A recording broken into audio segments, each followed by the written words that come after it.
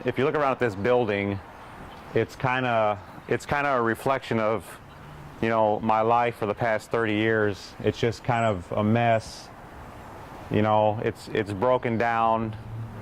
And you know, the good thing about this building is you can rebuild, and you can fix things that are broken, and you can make things that are, you know, that are not so good again.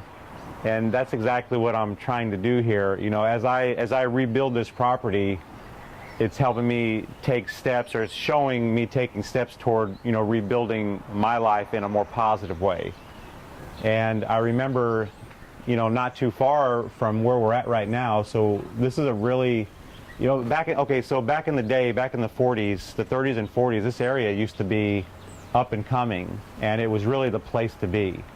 You know, right over behind me is Troost, and it was all shopping and, you know, crime-free, and it was just fun. A lot of people, just music, a lot of history was created here. And sometime around the 60s, there was just, you know, the line, it kind of divided. And everything from this side of Troost just went down and burned up and abandoned and closed, and everything on that side just kind of prospered, kept building and building. But I slept in my car not too far away from here, and I've been in Kansas City my entire life, and I knew when I was younger that I wanted to help rebuild in areas that used to flourish.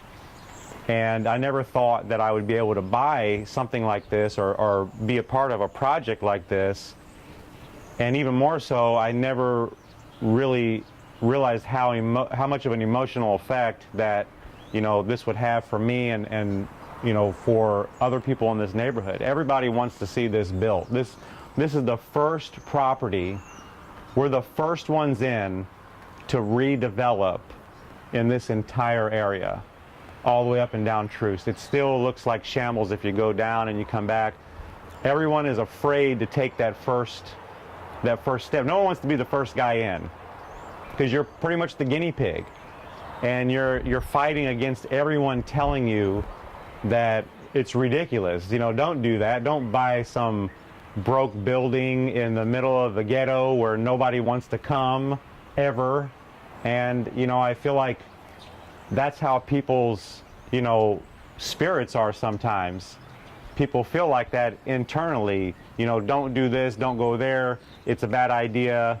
And people just kind of clam up, and they never get over that, and that becomes their life.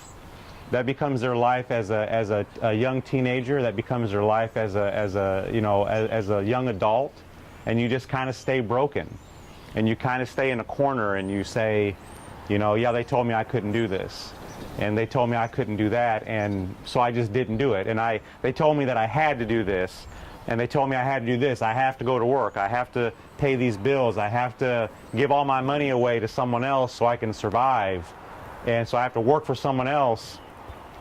And that's who you end up being, and eventually you just kind of get broken. Your life just gets, you know, torn apart. But see, you don't even realize it, because subconsciously that's who you end up being. So you're not even conscious or aware of the cycle that you're in. You know, and it takes someone to come and do things that no one else will do. It takes someone to get up when, you know, early in the morning when everyone else is still sleeping. And those are the people that are young entrepreneurs, and those are the people that create vision, you know, and give hope to other people. So this building, as broke as it looks, and I'll show you some more footage and we'll go through, because it gets worse, if you can imagine that. And I'll show you how this building represents your life. This building represents who you are right now. And I can show you how I'm going to rebuild this. It's no different. The building blocks that it's going to take to build this property in an area where everyone said it's impossible is no different than the building blocks that it takes for you to rebuild your life when everyone says it's impossible.